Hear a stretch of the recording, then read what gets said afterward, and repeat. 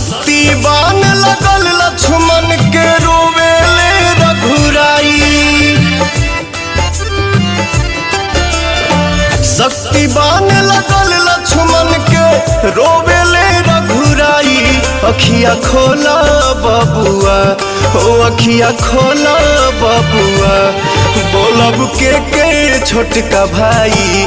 अखिया खोला बबुआ, का जाके हम कहब अवध में पूछी है तीनों माई। अखिया खोला बबुआ, बोलब के छोटका भाई। अखिया खोला बबुआ।